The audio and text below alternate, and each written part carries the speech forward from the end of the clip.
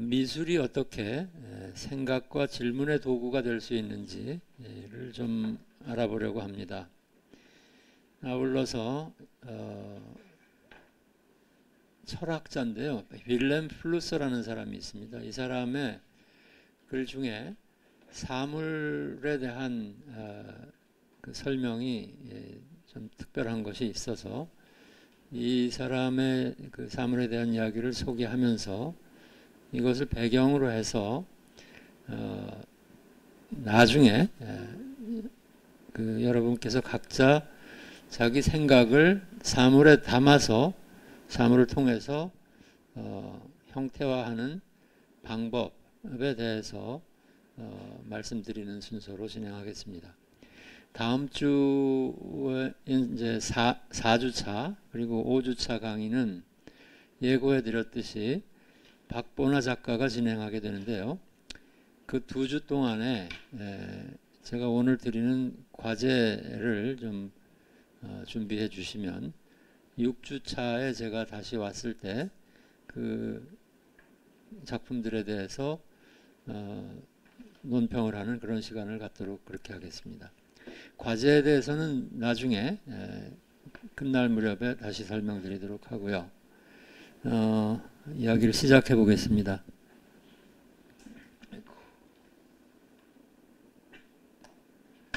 네, 지금 보시는 것은 제가 작년 8월부터 석 달 동안 서초동에 있는 스페이스 이수라고 하는 전시장에서 했던 개인전의 포스터입니다.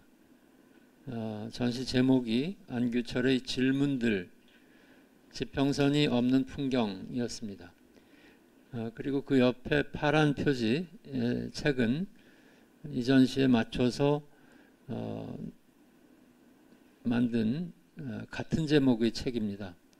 제가 2023년 가을부터 24년 상반기까지 약 7개월 정도 기간 동안에 썼던 작가 노트를 책으로 묶은 것이죠. 작업과 저의 미술 작업과 전시회에 대한 생각들 뿐만 아니고 그날 세상과 사물을 보면서 제가 느낀 이야기들을 기록한 일기 비슷한 글들이 섞여 있는 그런 에세이집입니다. 지난주에 나온 그 생활문화 아카데미, 이 성천문화에서 나오는 책자죠. 여기에 제 책의 일부가 소개되어 있습니다. 저는 지금 오래전부터 지금 보시는 것처럼 스케치북에 연필로 글과 그림이 같이 들어가는 드로잉을 해왔는데요. 이런 식입니다. 아이디어 스케치도 있고 그때 생각나는 거를 기록해두는 그냥 아주 자유로운 저의 일기장 같은 건데요. 이번 책 안규철의 질문들이라는 책에는 몇 달 동안에 제가 썼던 글과 드로잉을 거의 그대로 수정하지 않고 묶어서 만들어 봤습니다. 이 전시 얘기를 조금만 더 드리면 스페이스 이수에서 했던 전시입니다. 전시장이 보시다시피 이수화학 본사 건물 1층에 로비인데요.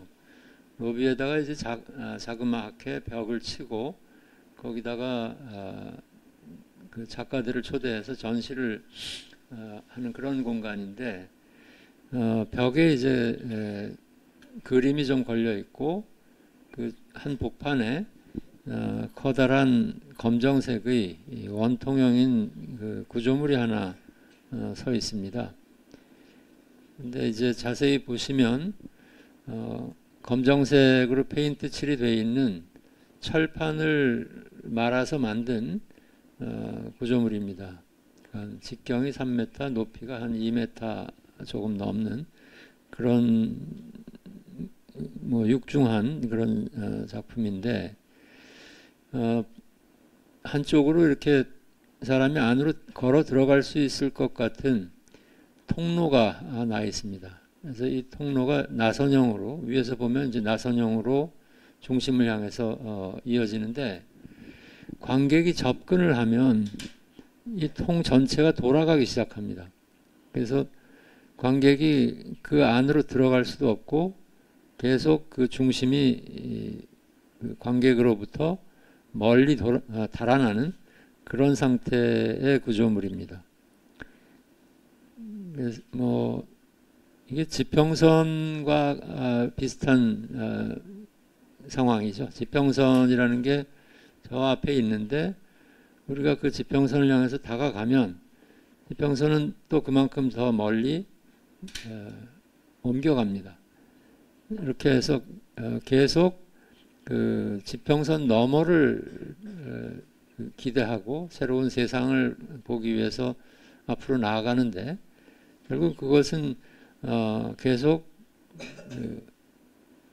그 새로운 지평선에 의해서 그 기대는 좌절되고 우리가 그 목표에 도달하려고 하는 노력은 실패하는 그런 현상에 대한 생각을 여기 좀 담아보았던 그런 작품입니다. 전시 장면 몇 개를 좀 더 보겠습니다. 뭐 두 작품인데 하나는 교통 표지판, 우리가 도로에서 길에서 보는 교통 표지판을 그대로 유화로 캔버스에다 옮겨 그렸습니다. 다만 이제 색깔이 교통 표지판의 그 아주 선명한 색깔하고는 다르게 파스텔조로 좀 낮춰져 있고 이것을 캔버스에 유화로 옮겨 그렸다는 것이 좀 차이가 나는데요. 이렇게 잡다한 여러 방향을 가리키고 있는 화살표와 뭐 경고 표시와 이런 신호, 그러니까 표지판들의 그림을 놓고 여기다가 예술로 가는 길이라고 제목을 붙여놨습니다. 그래서 생각해 보면 예술로 가는 길을 가리켜주는 신호 체계인데요, 표지판인데 그렇다면 지금 여기 걸려있는 저 유화로 된 그림은 예술 자체가 아니고 예술은 저 화살표가 가리키는 저 그림 바깥 어딘가에 있는 것이 아니냐 이렇게 이제 질문을 하게 되는 그런 작업입니다. 예술이 캔버스 위에 묻어있는 물감이냐 아니면 그것이 아니라 우리 마음속에 있는 것이냐 이런 이야기입니다. 그 옆에 작품, 그 바둑판 모양의 작품은 전부 글로 쓴 그러니까 캔버스에다가 글을 쓴 작품인데 이게 이제 글이냐 그림이냐 하는 경계에 있다고 말씀드릴 수 있을 것 같아요. 그러니까 외국어로 된 12개의 잠언이라는 제목의 작품입니다. 제가 좋아하는 여러 그 저자들의 글을 인용해서 그걸 그 나라 말로 그대로 옮겨 적었는데요. 그 중에는 이제 뭐 프란츠 카프카도 있고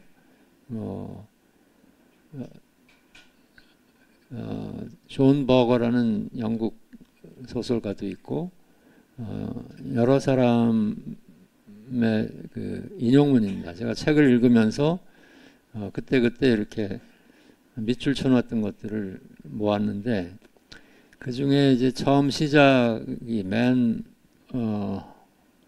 왼쪽 위죠. 그게 롤랑 바르트라는 사람이 기호의 제국이라는 책에서 썼던 말입니다. 그림은 어디서 시작하는가? 글은 어디서 시작하는가? 이게 이 사람이 일본의 옛날 수묵화를 보면서 이게 글 같기도 하고 그림 같기도 한 그 중간지대에 있다는 생각을 하고 글과 그림의 경계에 대해서 이야기를 했는데 저한테도 이 주제는 상당히 중요한 주제라서 그것을 이제 맨 처음에 인용을 했습니다. 그러니까 이것을 글씨로 보는 것은 이걸 글씨로 볼 수 있느냐 아니면 그림으로 볼 수 있느냐. 이를테면 서예 작품 앞에서 우리가 그것을 글로 읽느냐 아니면 그야말로 서예 그림으로 보느냐 하는 문제와 비슷합니다. 우리가 그 한자로 쓴 서예 작품을 놓고 저 글씨들을 읽을 수 있으면 그게 글로 읽히는데 저거를 모르면 한자를 모르는 사람한테는 저게 그림으로 보여요. 그래서 글과 그림의 경계가 그림 자체에 있지 않고 그걸 보는 사람한테 있다 하는 얘기를 하고 싶었던 작업입니다. 그러니까 한 5개 국어로 포르투갈어, 영어, 불어, 독일어 그리고 중국어 간체까지 이렇게 5개 언어로 각각 다른 말들을 글씨로 적어 놓는데 그걸 어떤 사람이 보느냐에 따라서 어떤 것은 그림으로 어떤 것은 글로 읽힌다는 것 그것에 주목해서 만든 작품입니다. 이 작품 얘기가 조금 길어졌네요. 네. 전시에 나왔던 또 다른 작품인데 나무로 7개 똑같은 상자를 만들고 각각 번호를 매겼습니다. 1번부터 7번까지. 그리고 7개의 그 자물쇠를 거기다가 하나씩 달아서 잠궜는데요. 1번 상자를 잠근 그 자물쇠, 그 열쇠는 2번 상자에다 넣고 2번 상자를 잠깁니다. 2번 상자의 자물쇠 열쇠는 3번 상자에 들어가고 이렇게 해서 마지막 7번 상자를 잠근 열쇠를 이제 제대로 하려면 1번에다 집어넣어야 되겠지만 1번에 집어넣을 방법은 없고 그 열쇠를 잃어버린 것으로 해버려요. 그러면 이 7개의 상자가 각각 따로따로 떨어져 있는 상자지만 마치 일종의 가족처럼 하나로 묶이게 됩니다. 이 안에서 뭔가를 꺼내려면 하나씩 7번서부터 하나씩 열어야 되거든요. 그래서 하여튼 이런 식의 사물을 통한 그 어떤 이야기를 만드는 것 이것이 이제 그 당시 제 작품의 의도였는데요.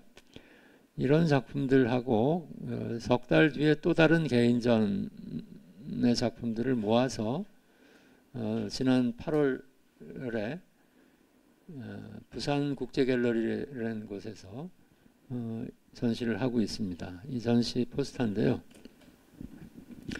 이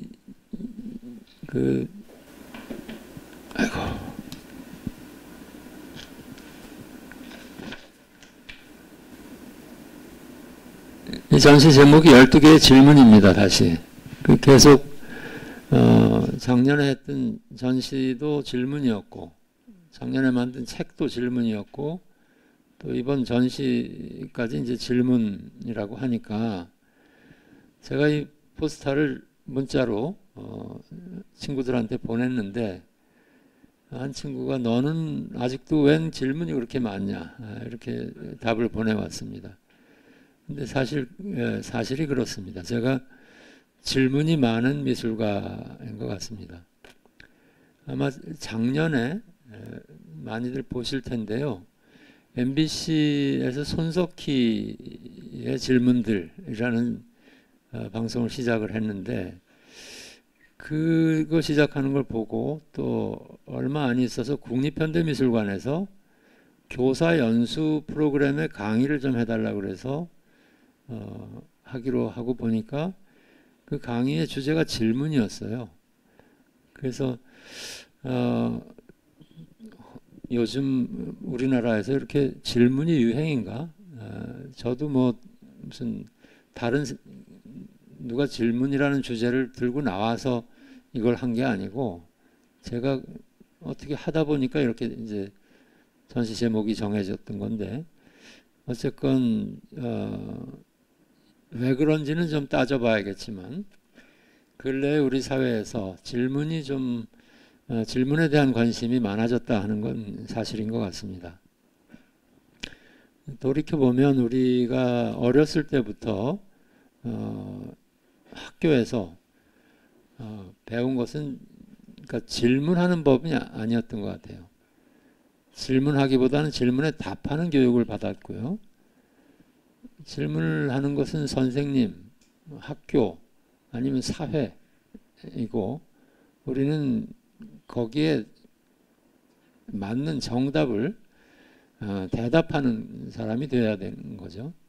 그러니까 정해진 답을 잘 외웠다가 빨리 대답할 수 있는 사람이 좋은 대학을 가고 좋은 직장에 들어가고 사회를 이끌어가는 지도층이 됐습니다. 근데 최근에 와서 분명해지는 것은 여기에 근본적인 결함이 있다는 것입니다. 그러니까 답을 찾는 일은 아마 AI가 인간보다 훨씬 더 빠르고 정확하게 할 수 있습니다. 의학이나 법률 영역에서 방대한 데이터를 학습하고 그걸 가지고 이제 인공지능이 어떤 일을 해낼 때 인공지능을 능가할 수 있는 인간은 더 이상 없을 것 같다는 생각이 듭니다. 이세돌이 알파고와 대국을 해서 한 판이라도 이긴 거 이것은 정말 기적적인 일이었고 그것도 이제는 옛날 일이 됐습니다. 이제는 뭐 이세돌이 아니라 누가 봐도 이 AI를 이길 수 있는 기사는 없을 것 같아요. 그나마 인간이 AI보다 잘할 수 있는 몇 안 되는 영역으로 남은 것 중 하나가 질문하는 일이라고 저는 생각합니다. 스스로 질문하고 또 남들이 하는 것과는 다른 방식으로 질문하지 않고서는 인간이 AI보다 못한 존재가 될 수밖에 없고요. 이 새로운 세계에서 더 이상 앞으로 나아갈 수도 없다고 생각합니다. 저는 그렇기 때문에 우리 사회가 지금이라도 질문을 하는 사회가 되는 것, 개인이 스스로 질문하는 주체가 되도록 하는 것, 이것이 지금 우리에게 주어진 대단히 필연적이고 필수적인 과제라고 생각하고 있습니다. 제가 하도 여러 가지 잡다하게 일을 하니까 예술가로서 당신이 뭐 하는 사람이냐 이런 질문을 많이 듣게 됩니다. 그러니까 뭐 재료를 한정해서 쓰지도 않고 미술과 미술 아닌 것들을 그냥 왔다 갔다 하면서 하고 있기 때문에 사람들이 아마 제가 하는 일들을 관통하는 근본적인 공통점이 뭐냐 하는데 궁금해하는 것 같습니다. 조각가라고 하면 뭐 돌을 다룬다 아니면 나무를 주로 다룹니다. 이렇게 이제 답을 해야 되는데 예를 들면 뭐 바느질도 하고요. 때로 우리 첫째 주 수업에서 보셨지만 글도 쓰고 그리고 목수처럼 목공일도 합니다.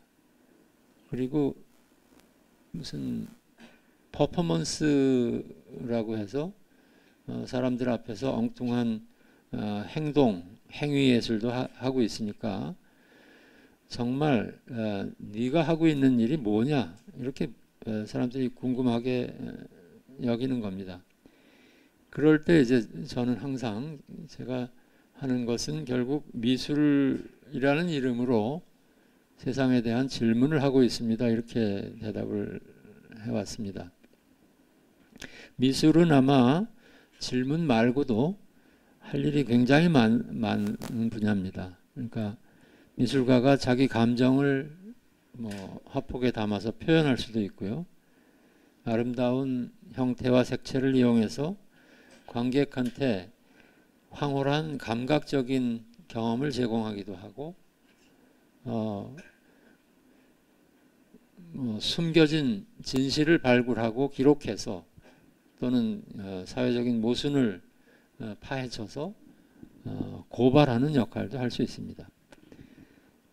그리고 이렇게 시각적인 감동을 주는 그런 미술을 기대하고 거기에 익숙하신 분들에게는 제가 지금 하는 말이 그렇게 선뜻 수긍이 가지 않을 수도 있습니다. 미술가가 질문을 한다니, 철학자나 과학자가 아닌 미술가가 도대체 뭘 질문하느냐. 그래서 저의 오늘 강연은 미술가들은 어떻게 질문하는가, 무엇을 질문하는가, 그리고 그들은 관객에게 어떤 것을 기대하고 요구하는가 하는 문제에 대해서 몇몇 작품들을 예로 들면서 설명드리도록 하겠습니다. 그 전에 부산에 못 가보셨을 테니까 부산 전시 그냥 전경을 잠깐 둘러보겠습니다. 구슬을 이렇게 꿰서 어느 시인의 식귀절인데요. 타인만이 우리를 구원한다라는 문구를 적어 놓은 작품이고요. 그 뒤에 아까 보셨던 글씨로 된 작품, 바둑판 모양의 얼핏 보이네요.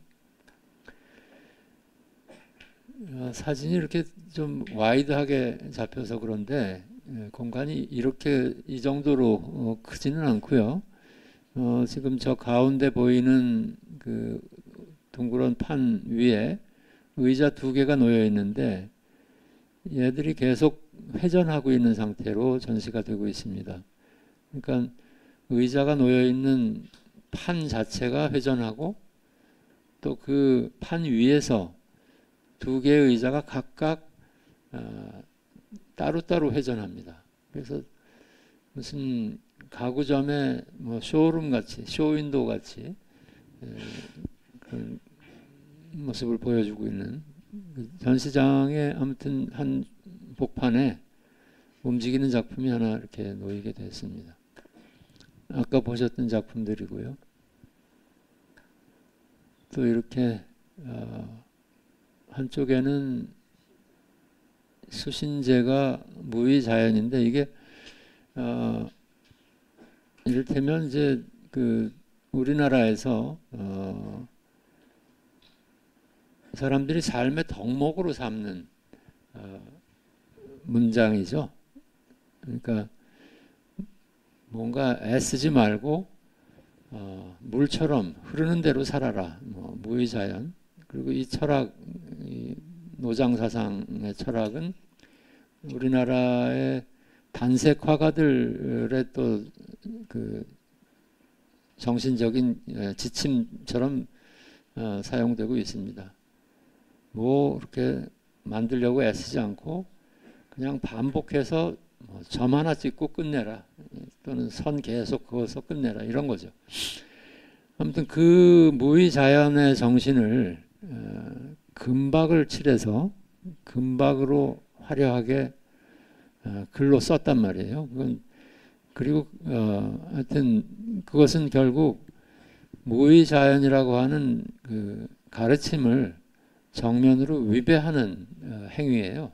그러니까 금박으로 화려하게 그 글씨를 쓴다는 것은. 그런데다 그걸 이제 걸기를 또 뒤집어서 걸었어요. 그래서 한쪽은 그런 상태가 됐고 또 다른 쪽은 수신제가 치국평천하 이런 건데 수신제가에 넉자를 쓰기로 했다가 종이가 모자라서 석자를 쓰고 그럼 다시 써야죠. 다른 종이를 구해서. 근데 그러지 않고 조그만 다른 캔버스 하나를 구해다가 거기다가 가짜를 추가로 써 넣습니다. 그래서 이게 공자님 말씀인데 그걸 실천하는 데서도 또 실패하는 이런 상태가 됩니다. 집안을 잘 다스리라고 했는데 집이 이제 제대로 위치해 있지 못한 상태죠. 아무튼 이런 식의 작업입니다. 캔버스 3개가 아까 포스터에 나왔던 그림을 포함해서 바다 풍경화인데 수평선이 다 조금씩 기울어져 있습니다.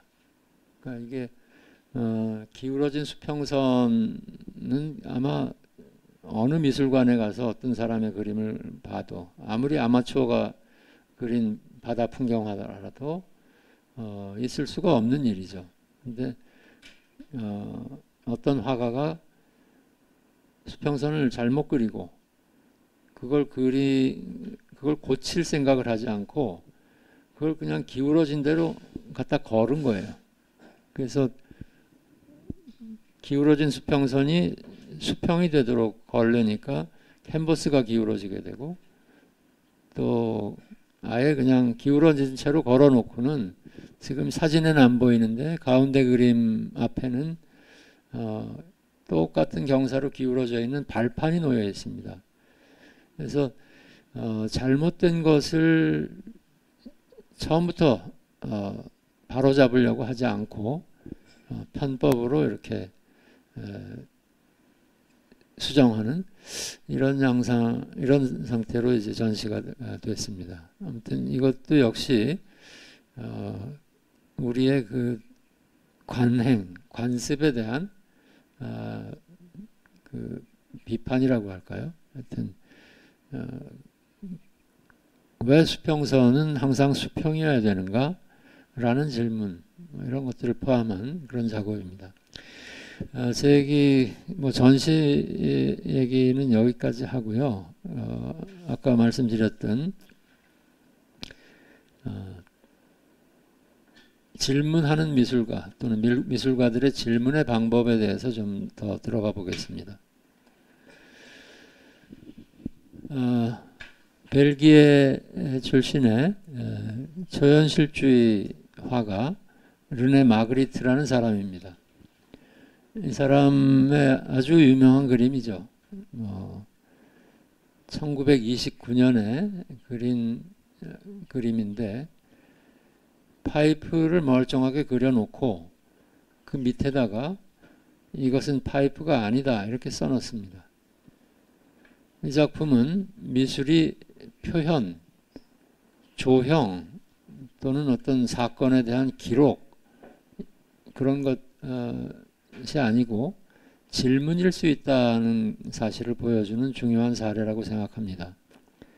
파이프를 그려놓고서 그 밑에다가 이건 파이프가 아닙니다 라고 주장하는 이 진술은 당연히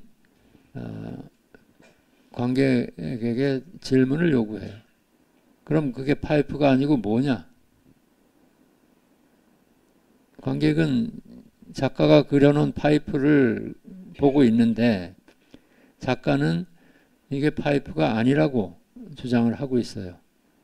이 모순된 진술 앞에서 관객은 뭔가 어긋나 있구나 하는 걸 알고 이 어긋남이 어디서 온 것인지를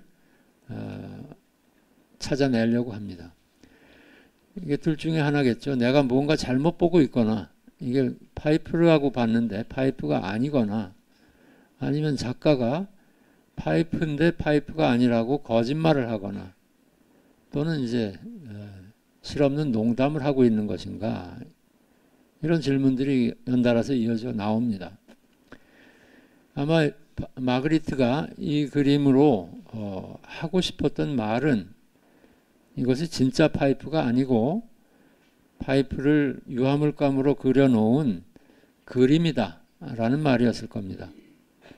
캔버스에 그려진 파이프를 가지고 파이프 담배를 피울 수는 없는 거죠. 그러니까 이건 분명히 그림이고 허상인데 관객은 그걸 보고 아하, 파이프로구나 이렇게 생각하는 거예요. 근데 그려진 이미지와 그림과 그 실제 파이프 사이에는 넘어설 수 없는 어떤 벽이 있는 거예요. 근데 이제 우리가 종종 그 차이를 잊고 허구를 실제로 보고 실제를 허구로 인식하는 이런 상황이 벌어지는 겁니다. 마그리트의 이 그림에는 물음표가 없어요. 제가 좀 강조해서 드릴 말씀은 여기에 어디에도 의문문의 형태로 들어있는 게 없습니다. 그러니까 파이프라는 그림에다가 뭐 끝에 물음표를 달지도 않았고 그 밑에 이것은 파이프가 아닙니다 라는 말에도 물음표를 달지 않았어요. 그냥 평서문이죠. 파이프라는 대상을 그림으로 묘사하고 그 밑에 어떤 진술을 써 넣었어요. 만약에 여기서 마그리트가 이 문장 대신에 이것은 파이프입니까? 라고 물음표를 달아서 질문을 했더라면 문제는 아주 간단했을 겁니다. 우리는 그 질문에 대해서 네, 맞습니다. 파이프입니다. 또는 이것은 아닙니다. 파이프가 아닙니다. 이렇게 답하면 끝나는 거죠. 그런데 이것은 파이프가 아니다 라고 단언하는 이 작가의 말로 인해서 이 작품이 우리에게 스스로 질문을 하게 만든다는 거죠. 그 질문은 우리가 사용하는 언어와 우리가 접하는 이미지에 대한 또는 어떤 사물과 그것을 지칭하는 이름들의 상관, 관계에 대한 근본적이고 철학적인 질문으로 이어집니다. 마그리트의 이 그림은 뭐 너무나 미셸 푸코가 말과 사물이라는 데서 철학적으로 언급했고 너무나 유명한 그림인데요. 이 사람은 이 그림을 몇 번에 걸쳐서 다시 그립니다. 뭐 50년대에 와서도 동판화로 스케치풍으로 이제 파이프 하나를 그려놓고 그 밑에다가 이것은 좀 의역해서 말하면 지금도 계속 파이프가 아닙니다. 이렇게 써놨어요. 그러니까 유머가 있는 사람인 것 같아요. 네.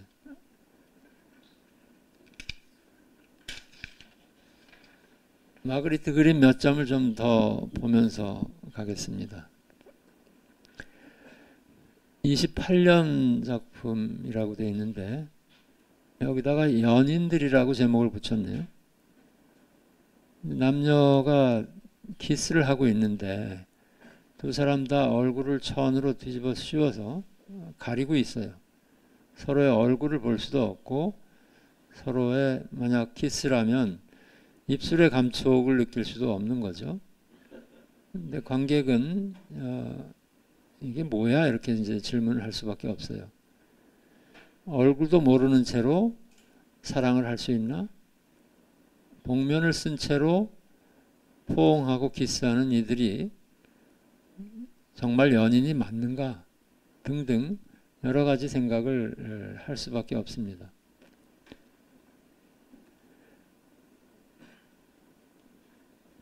빛의 제국이라고 제목이 붙어있는 마그리트 그림입니다. 뭐 굉장히 오랫동안 붙들고 앉아서 그렸던 것 같은데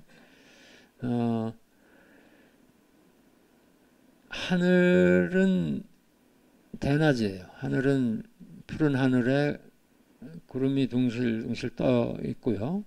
그런데 그 밑에 숲 속에 있는 집은 깊은 밤처럼 어둠 속에 잠겨 있고 현관과 그 2층 창문쯤에 조명이 밝게 켜져 있습니다. 이 같은 방식의 그림을 또 그리는데요. 이것도 1950년 작품인데요. 뭐 같은 얘기죠. 바깥에 하늘은 낮이고 땅은 밤이고 이런 역설적인 상황을 보여주고 있습니다.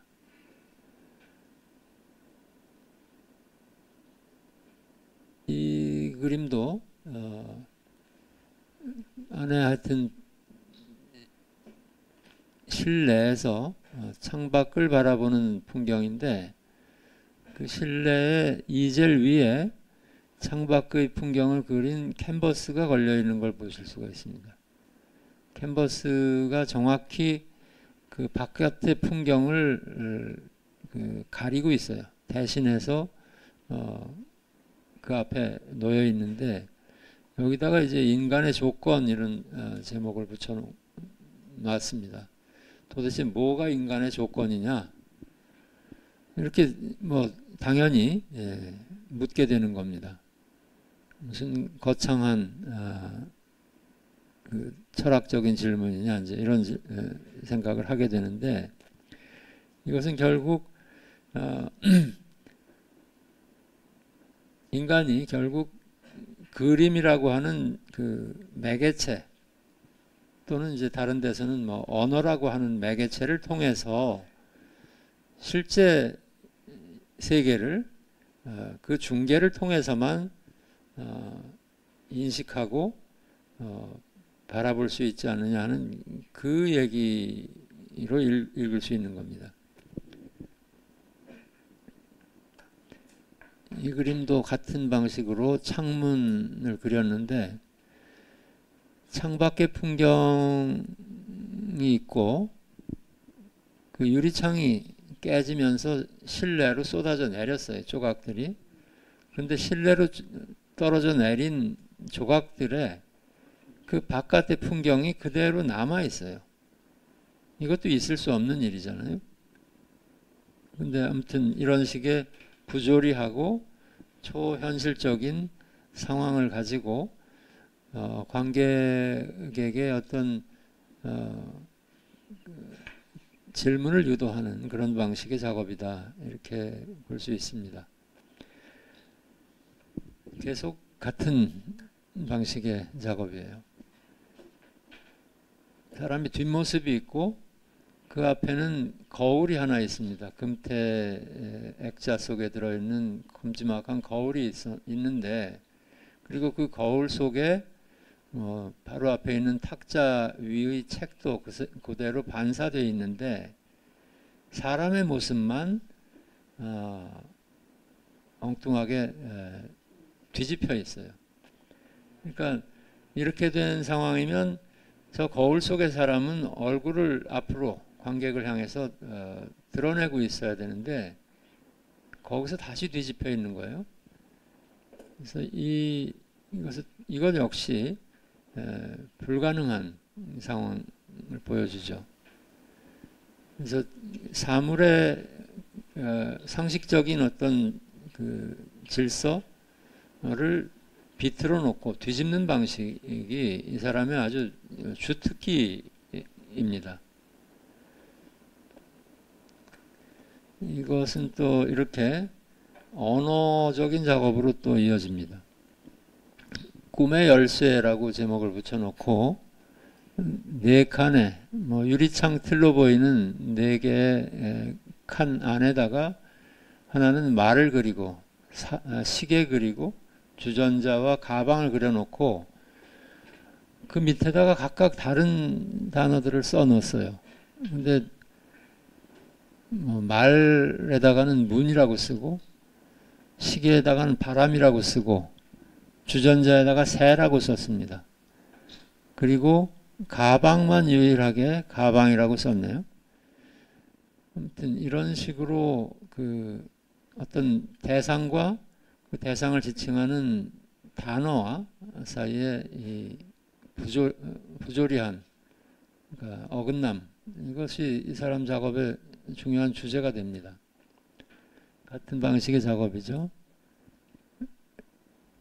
여기 이 작품 꿈의 열쇠라고 제목이 붙은 건데요. 6개의 사물에 달걀에다가는 아카시아라고 했고 여성의 구두에는 달이라는 단어를 썼고요. 중산모 밑에다가는 눈, 그러니까 겨울에 내리는 눈이죠. 눈이라고 썼고 촛불에다가 천장이라는 단어, 유리컵에다가는 폭풍우라는 단어를 썼고 망치에다가 사막이라고 써놨습니다. 이것은 결국 언어학에서 이야기하는 것처럼 언어의 자의성을 드러내는 그림이라고 봅니다. 유리잔을 유리잔이라고 부르지 않고 포구라고 부르면 안 되는 거죠. 유리잔이라고 불러야 되는 건데 이것은 관습일 뿐이고 약속일 뿐이지 그것과 실제 유리잔과 그 유리잔이라는 이름 사이에는 아무런 필연적인 연관성도 없다 하는 얘기입니다.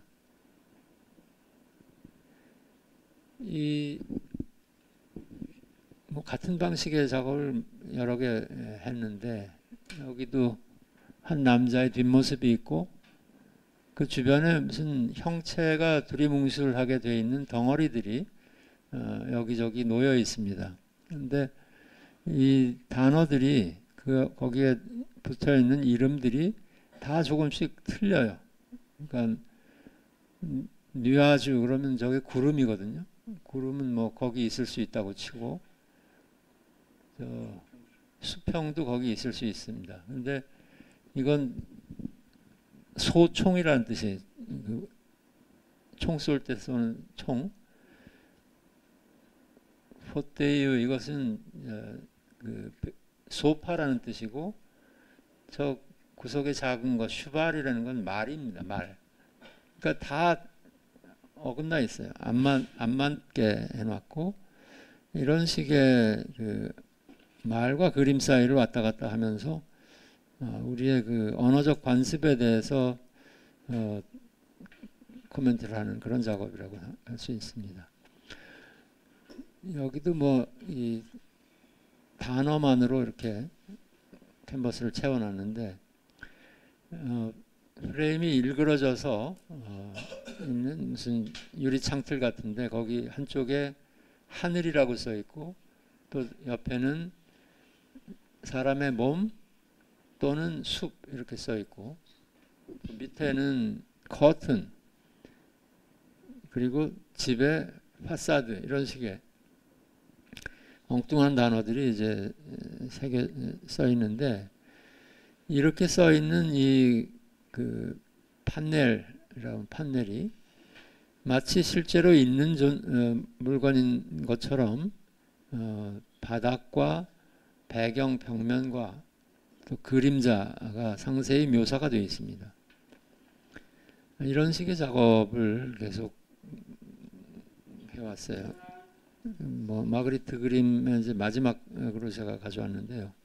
마찬가지입니다. 한쪽에는 하늘을 그려놓고 또는 하늘이 이렇게 반사된 거울처럼 그려놓고 그 옆에는 하늘이라는 단어가 써 있습니다.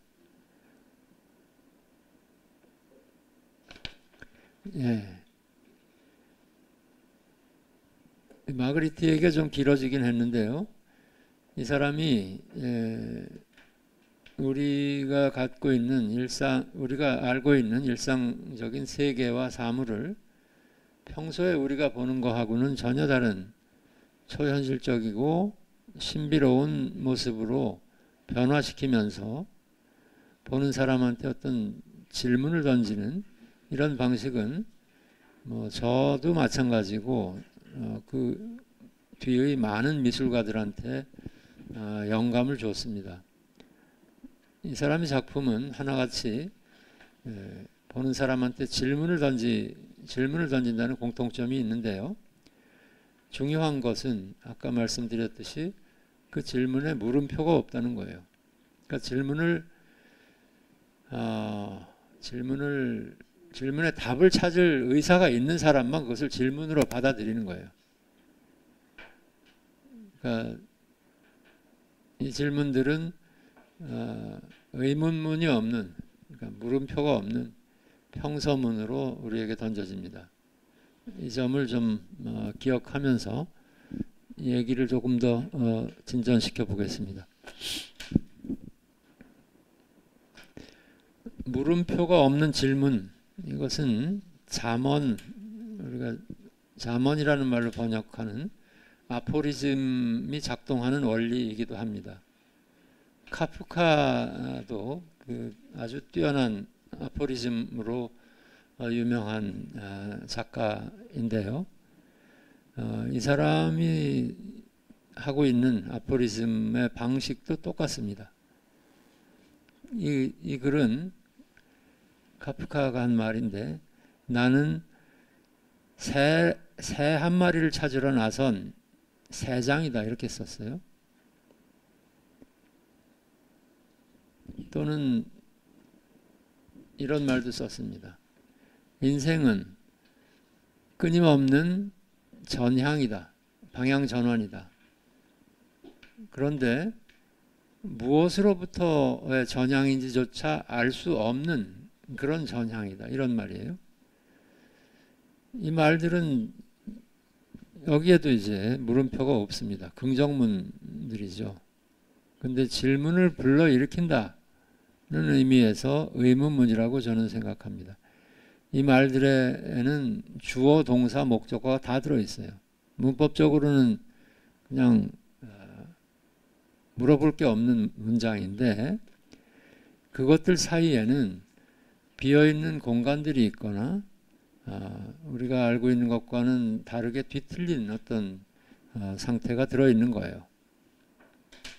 그래서 우리가 그 빈 공간을 채우기 위해서 스스로 질문을 하게 된다는 겁니다.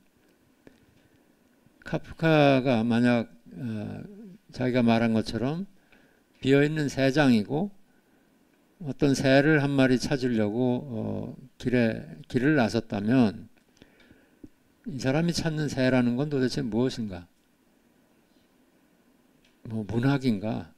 아니면 어떤 이상적인 여인인가? 만약에 카프카가 그 새를 찾는다면 그 뒤에는 어떻게 되는가? 그렇게 되면 새를 가두고 새장문을 닫아 건 그런 새장이 될 것인가? 아니면 그 뒤에도 계속해서 새로운 다른 새를 찾으러 돌아다니는 새장이 될 것인가? 등등 수많은 질문들을 이어갈 수 있습니다. 이런 식의 잠언은 역설, 반어 또는 의미의 미끄러짐, 비틀림 이런 것들을 통해서 독자에게 혼란을 일으키고, 그러면서 타성적인 사고의 틀을 벗어나도록 합니다. 좋은 잠언은 듣는 사람을 각성하게 하는 힘이 있는데요. 그 힘은 교훈이나 설교를 통해서가 아니고 물음표가 없는 질문을 통해서 작용합니다. 그리고 그렇게 해야만 이 글을 읽는 독자나 이야기를 듣는 청자가 스스로 질문하고 답을 찾을 수가 있습니다. 그리고 그렇게 답을 얻어야만 그것이 진정한 깨우침이 된다는 것. 그러니까 저는 선문답에 대해서는 잘 모르지만 선승들이 하고 있는 화두도 같은 방식으로 작동하는 것으로 알고 있습니다.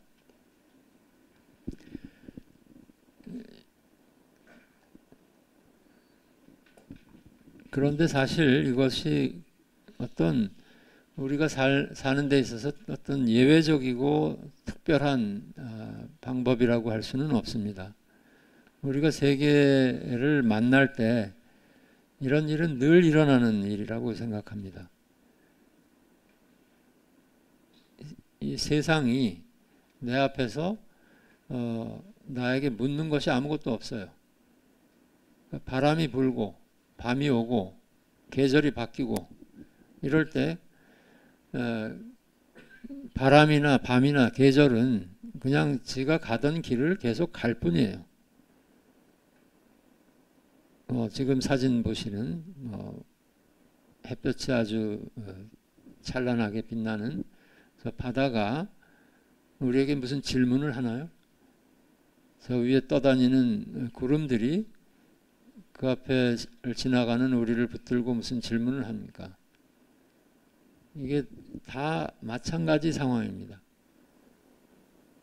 길에서 발길에 차이는 돌멩이 또는 죽은 까마귀, 죽은 새도 마찬가지죠. 여기에는 어디에도 물음표가 없습니다.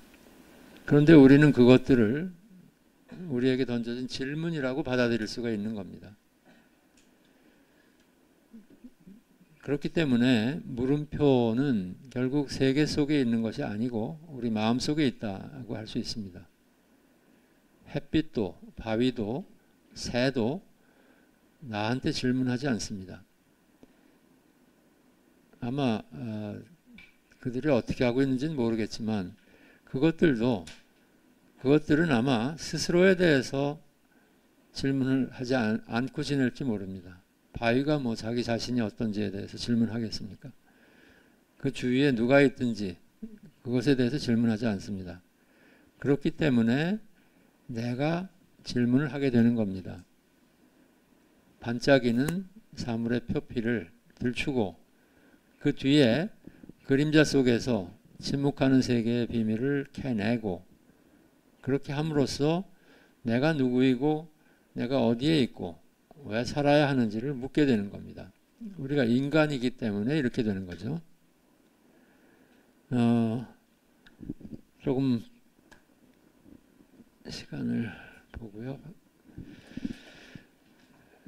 프라하 출신의 철학자 빌렘 플루서라는 사람이 있는데 이분에 대해서는 쉬는 시간 지나서 조금 더 상세히 말씀드릴 기회가 있는데 이분이 했던 이야기 중에 중요한 대목을 한번 말씀드리겠습니다. 인간이 인간으로서 일을 하기 위해서는 세 가지 질문이 필요하다고 했습니다. 그 질문은 세계가 지금 어떤 상태에 있는지를 묻는 질문이고 그리고 그것이 어떤 상태가 되어야 하는지를 질문하는 거예요. 그리고 어떻게 하면 세계가 지금의 이 상태에서 되어야 하는 상태로 변화될 수 있는지 하는 질문이에요. 그러니까 뭐 독일어로 하면 자인의 질문, 졸렌의 질문, 그리고 비의 질문이에요. 그러니까 이 세 가지 질문, 그러니까 존재론이고 당위론이고 그리고 방법론입니다. 이 세 가지를 갖지 못한 상태에서는 인간이 세상에서 할 수 있는 일이 아무것도 없어요. 세계가 지금 어떤 상태에 있는지를 모르면서 무슨 일을 할 수 없고요. 세계가 그럼 어떤 상태가 돼야 된다라는 그 생각을 못하면서 세계를 바꾸는 일을 할 수 없어요.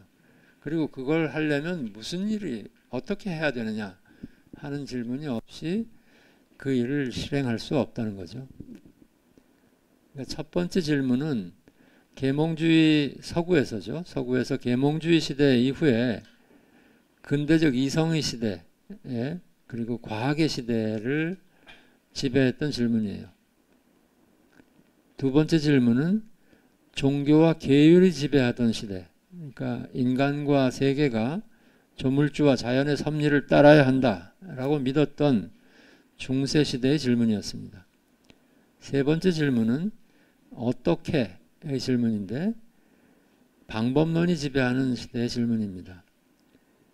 플루서라는 사람은 20세기 후반에 지금의 시대는 어떻게가 지배하는 시대다 이렇게 말하고 있습니다. 방법론이 우리의 질문들을 지배하고 있는 이 상황은 21세기의 지금도 여전히 유효합니다. 이 시대를 지배하는 질문들 대부분이 방법에 관한 질문이에요. 어떻게 운동을 하고 어떻게 건강을 유지하고 어떻게 마음을 다스리고 어떻게 주식 투자를 할지 등등 크고 작은 방법을 알려주는 5만 가지 유튜버들이 유튜브 안에 바글바글 합니다. 정치가들과 관료들은 어떻게 경제 성장을 유지할 것인지, 어떻게 출산율을 끌어올릴 것인지, 어떻게 하면 세계 최고 수준의 자살률을 낮출 것인지를 질문합니다. 하지만 왜 그렇게 계속 성장해야 하는지를 묻는 사람은 많지 않습니다. 인구 절벽으로 인해서 대한민국의 미래가 걱정된다고 얘기하고 온갖 대책들이 쏟아져 나오지만 왜 젊은이들이 아이를 낳으려고 하지 않는지, 어쩌다가 우리 사회가 아이를 키울 수 없는 사회가 됐는지, 그리고 사람들이 자신의 삶의 무게에 짓눌려서 스스로 목숨을 끊는 사회가 됐는지에 대해서 질문하지 않습니다. 그리고 이 점에 있어서 교육도 마찬가지라고 생각합니다. 학교는 세계가 어떤 상태에 있는지, 인간이 인간으로서 어떤 삶을 살아야 하는지를 질문하지 않고 어떻게 하면 이 나라에서 남보다 잘 살 수 있는지를 가르쳐 주는 곳이 되어버렸습니다. 이게 우리 교육과 사회가 직면한 가장 중대한 결함입니다. 어떻게 주체적으로 질문하고 사고하고 자신의 삶을 스스로 선택할 것이냐에 대해서 학교도 유튜버도 가르쳐 주질 않습니다. 좋은 대학에 가고 대기업에 들어가는 방법은 가르쳐 주지만 인생과 세계에 대해서 질문하는 방법은 가르쳐 주질 않습니다. 그러다 보니까 나중에 좋은 시절이 다 지난 뒤에 저처럼 이제 직장에서 은퇴하고 나서 비로소 자신을 돌아보고 세상이 어떤 곳인가를 질문하게 되는 거예요. 근데 이건 참 좀 너무 안타까운 일이죠. 결국은 이렇게 방법에 대한 질문만 계속 하다가 인생이 끝나고 만다는 거예요. 가혹한 말처럼 들리지만 주위를 둘러보면 현실이 이와 크게 다르지 않다는 걸 알 수 있습니다. 그리고 우울한 얘기지만 세상이 바로 이렇기 때문에 철학이 있고 또 예술이 있는 겁니다. 철학자나 예술가들이 하는 역할은 카프카가 말한 것처럼 사람들 마음속에 얼어붙어 있는, 그러니까 얼음덩어리처럼 차갑게 굳어 있는 사람들의 마음을 깨부수는 도끼와 같은 책을 쓰는 것이다, 이렇게 얘기를 했는데 예술가의 역할이 그런 것이라고 저는 생각합니다. 이 도끼, 이 얼어붙은 강을 깨기 위한 도끼는 상식의 언어와 상투적인 사유를 전복시키는 역설의 언어를 통해서 만들어진다고 생각합니다. 여기쯤에서 잠깐 휴식 시간을 갖고 이어가도록 하겠습니다.